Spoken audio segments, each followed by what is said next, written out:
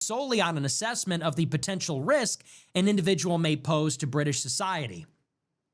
The statement did not mention Mr. Uygur or Mr. Piker's criticism of Israel, nor any of their views.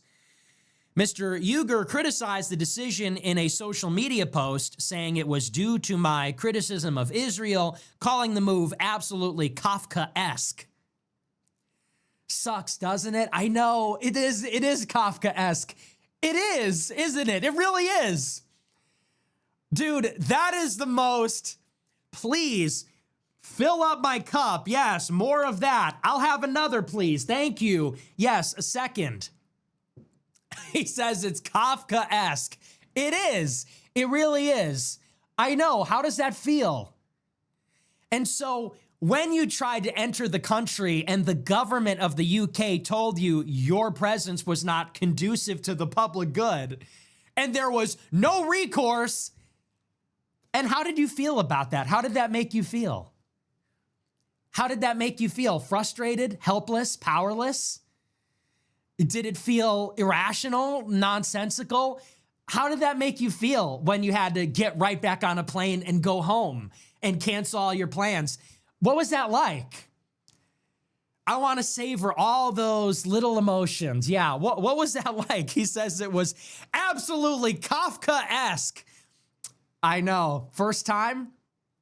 Anyway, it goes on. It says, Mr. Piker, who is Mr. Uygur's nephew and who had been set to speak at the South by Southwest London Festival, said on social media on Sunday that he had been banned from entering Britain at the behest of Israel.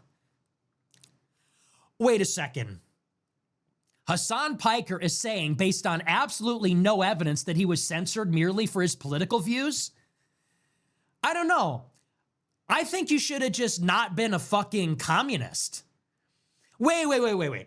Hasan Piker is saying, based on absolutely no evidence, that he was persecuted by a foreign government at the behest of Israel? Well, do you have evidence for that? No. Okay. Well, did they say that? No. Okay. Well, then that sounds like a conspiracy theory. You're telling me that governments and multinational corporations engage in censorship at the behest of a foreign country and they create a fake pretext of racism or lie about it to thwart your activism? Well, unless you have any evidence, that just sounds like you're being a victim. That just sounds like you're a left-winger crying about censorship when there is no such, there is no right-wing bias. There is no bias against left-wingers, and trying to impugn the reputation of the Jews in Israel, I don't know, that just sounds like a vile conspiracy theory.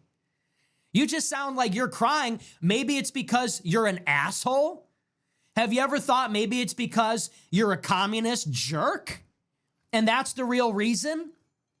Maybe it's because you promote violence on your stream. Maybe it's because you promote stochastic terrorism. Maybe it's because your words constitute a form of violence. Did you ever consider that? Instead of blaming the Jews, instead of blaming the government, with no evidence. See, this is what we have been dealing with for years and years and years and years and years and years and years. And now it's happening to them. Now they say, oh, I was banned at the behest of Israel. I know, yeah, it's crazy, right? Anyway, he goes on. We're going to get serious about it in a minute. We're going to have a little bit of fun with it as a treat. It goes on, it says, the decision to block Mr. Uygur and Mr. Piker follows the move in April to deny entry to Ye, the American rapper formerly known as Kanye West, because of his history of anti-Semitic comments. A Jewish protection group in Britain, the Community Security Trust, said in an email